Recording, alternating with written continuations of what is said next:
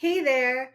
In today's video, I'm going to talk about the biggest mistakes to avoid when you're a beginner DJ just starting out, whether it's learning how to DJ or setting up your DJ business. I'm DJ Nicole Otero, professional DJ from NYC, and on this channel, I teach beginner DJs how to learn the craft, how to get started, and also more intermediate DJs how to level up their DJ biz. All right, let's get started.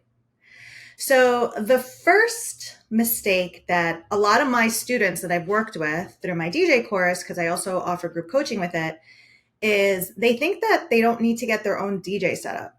I offer 90 days of group coaching when you join my online DJ course.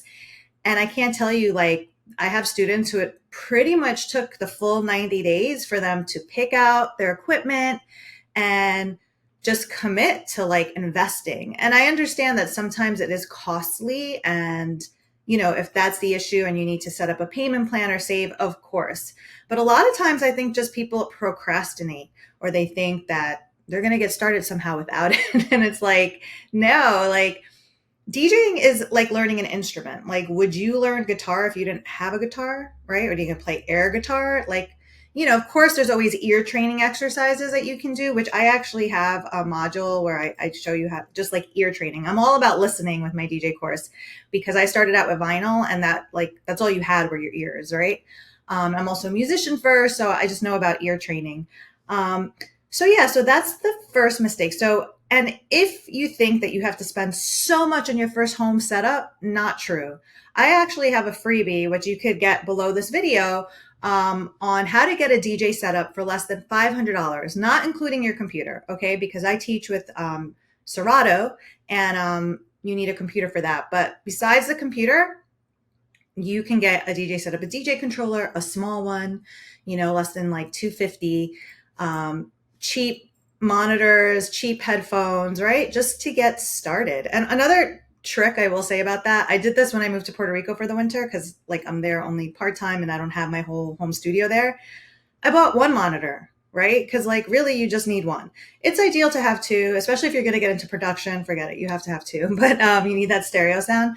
But I'm just saying you don't have to, as long as you have a monitor, because that's what we do at when we're DJing live at clubs. We have usually one monitor for the one in the booth with us. So get your setup. That is the first thing. Another mistake that I think some DJs make is a lot of the DJs, including myself when I started, they do want to do nightlife. So that's great. They want to do nightlife. They want to do bars. You start at lounges. But I think there are some DJs who maybe get in it because they went to a private event. They heard that somebody made a lot of money doing that, and they just want to start with private events. And I'm going to say that's a mistake. I think that you need to do some nightlife, even if it's just your local bar, lounge, just so you get experience reading a room. And you don't know what to expect, right? And then you start to learn what people like in your area, the different types of vibes. And you really start to create your story as a DJ, because you're going to have these nights where you're not going to forget them. Okay. It'll be oh my God, they went off to this. I didn't expect them to go off to this. And then, oh my God, I discovered this mix right on the fly and it was amazing. And all these kind of things that just really can't happen at a private event in the same way. Private events, the client is dictating a lot to you what they want. And, if you're doing it well, you are serving that client. But you still want that back end story to you, because that way you could always have that flair. So that's a really important thing not to, miss, is doing those nightlife gigs. So while we're at private event gigs, let's say you do have a backstory with nightlife and now you've been doing private events, or you're starting to, I was doing mainly underground nightlife locally, internationally, and I was doing a sprinkle of private events.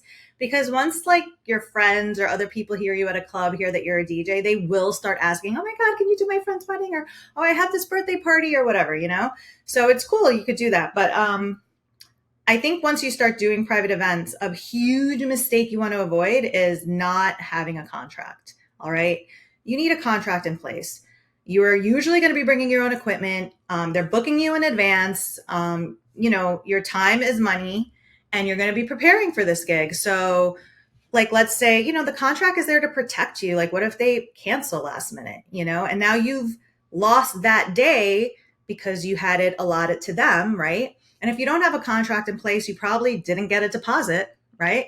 Because these are things that you ask for in the contract. So even if like a client of mine cancels, I already have their deposit. So if I lost the date, I was still paid, right? So it's not a total loss. And those are just some of the things that a contract will protect you from and also protect the client. It's good for the client so that they feel like, okay, like, what happens if my DJ gets sick the day of? Am I protected? So they need to know what are the clauses in contract. And when you do get a contract, make sure that you have a lawyer look over it. And, if there's anything that may vary from state to state, contracts really, they evolve as your career evolve. I actually worked with a coach who has like a 10-page contract. I haven't evolved to that yet. I just haven't taken the time, but I'm going to with the lawyer. Because as you gain more experience and you start raising your rate, which will happen, your contract is going to change. And you also start to learn about things that happen at events, where you want to be protected, or certain things that you need before an event to do your job well. You want to make sure that there are like, it shows what's needed. And then what are the consequences if those things are not met, right? So there's a bunch of stuff for contracts, but just make sure that you have a contract in place. Do not make that mistake. A final mistake that I see a lot of beginner DJs do is they don't take the time to listen to other DJs. So the best artists in life, like composers, they literally, all they did was listen to previous composers. I know that like Mozart and Beethoven, they learned from Haydn. Okay, these are, classical composers, and they're really famous and really amazing. And they learned a lot from Haydn. And they would literally rewrite, just pieces of work from these previous composers, just so they could learn about structure. They could learn about, arranging, just so many things. So we all learn from each other. So it's the same thing with DJing. Like, you can have an amazing ear, you can have a lot of ideas, but you don't have all this experience that a previous DJ that's been DJing 20, 25 years. You know what I mean? DJing internationally, DJing all types of events. And you're going to hear like a mix and be like, wow, I would have never thought of mixing those two records. Or some DJs, obviously turntablists, they're going to just rock your world and make you realize, holy smokes, I didn't even know you could do all of that with turntables.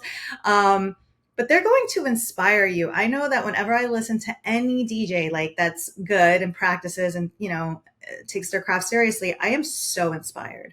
And sometimes, yeah, I will borrow an idea, but other times I get inspired and it makes me create, new types of transitions. And also you learn about tracks, right? You're going to learn about the types of tracks that like get that dance floor moving. So definitely take the time and either listen to other DJs live. You can listen to them on Sirius. I really like that radio station because there are so many different radio shows with amazing DJs, and they're just going to drop tracks like that you have just never heard. And you're going to be like shazamming all the time. And this is how we, DJs, we learn from each other and we create playlists that make sense for, different types of events that we play. So those were my, biggest mistakes I think you should avoid as a DJ, beginner DJ. And that's it. I hope you enjoyed today's video. And again, I have a freebie for a DJ setup checklist for under $500. I also have a link for you to join my DJ course. If you want to join it, you have an option of joining it without group coaching, which is definitely cheaper than if you did group coaching. And that's it. I'm DJ Nicole Otero, professional DJ from NYC. And on this channel, I teach beginner DJs how to learn the craft and get started, and beginner and intermediate DJs how to level up their DJ business. All right, I'll see you next time.